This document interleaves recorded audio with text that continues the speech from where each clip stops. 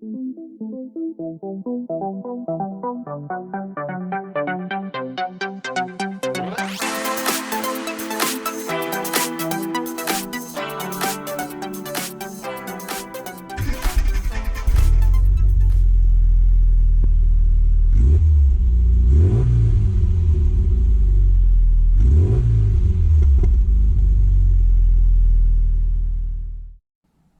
Mini enthusiasts, how you doing? Welcome back. I hope you're having a great day.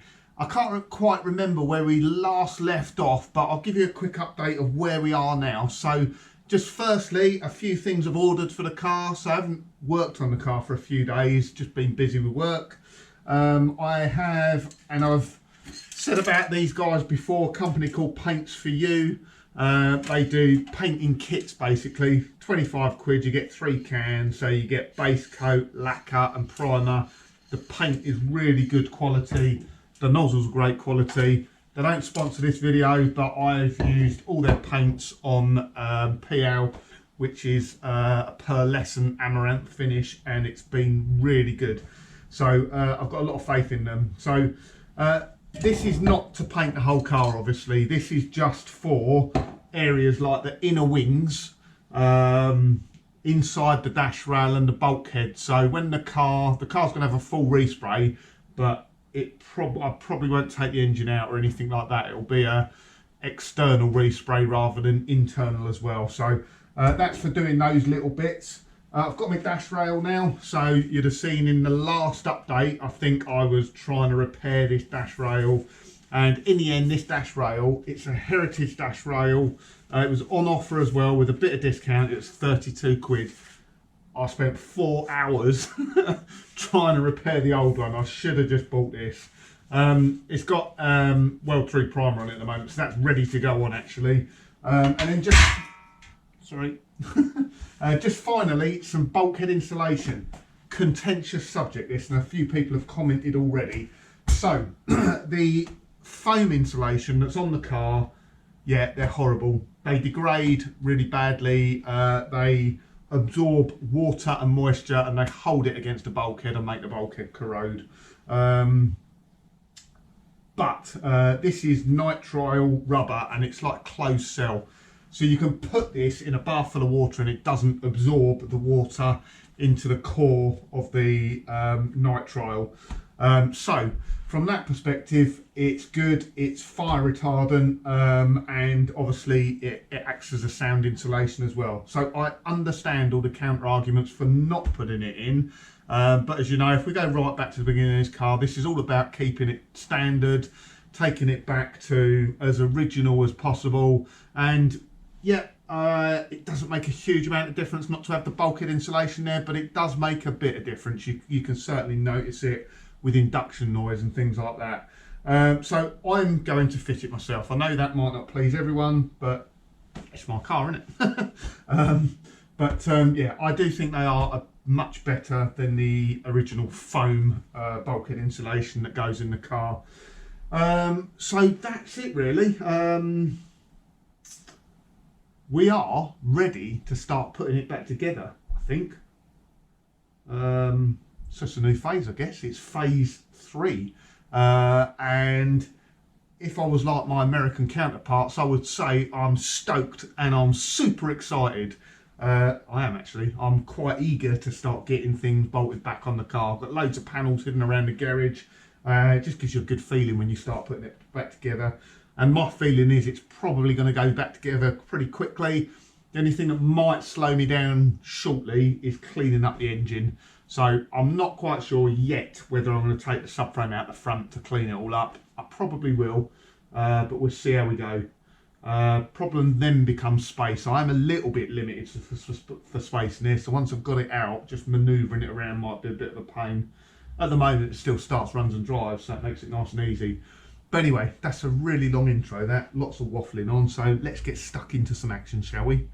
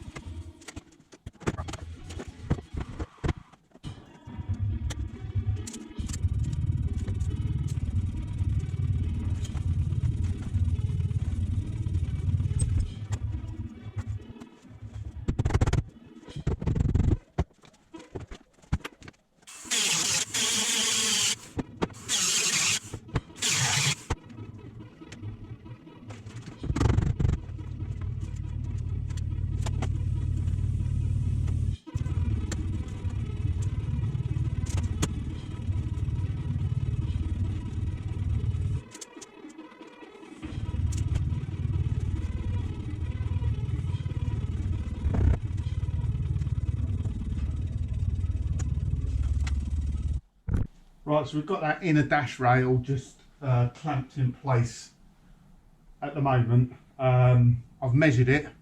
I am just going to tack it in place now, because obviously when I put the scuttle panel on, you need to weld through all 3 layers. So we'll just tack this with the spot welder for the moment, and then obviously when the scuttle panel goes on, then we'll go through it again and weld it all up again.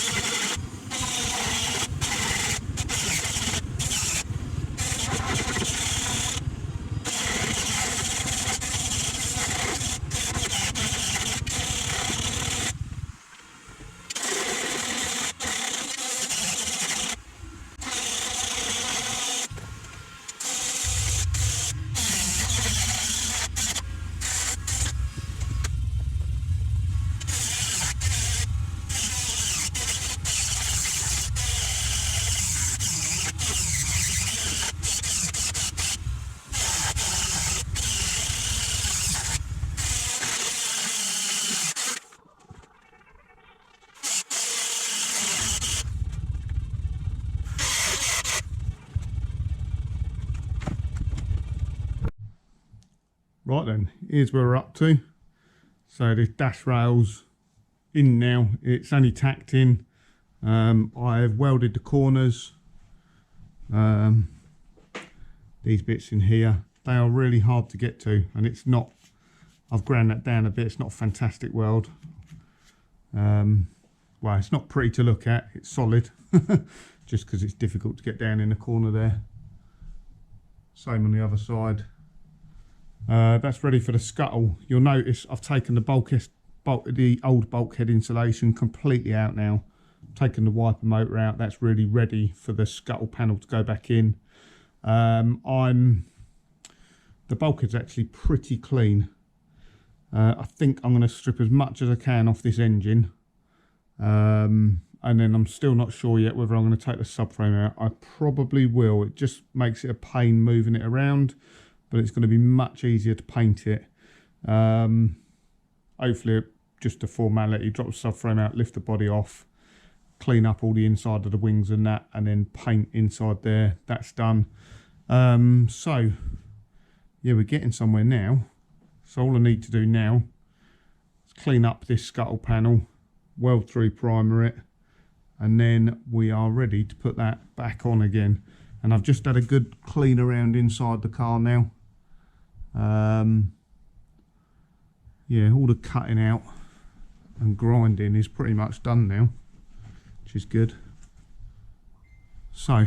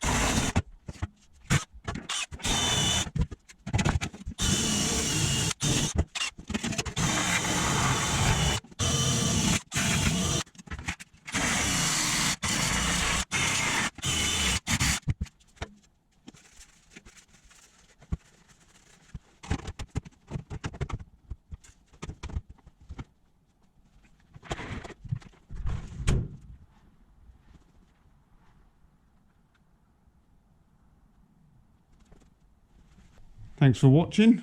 Be back again soon with another update.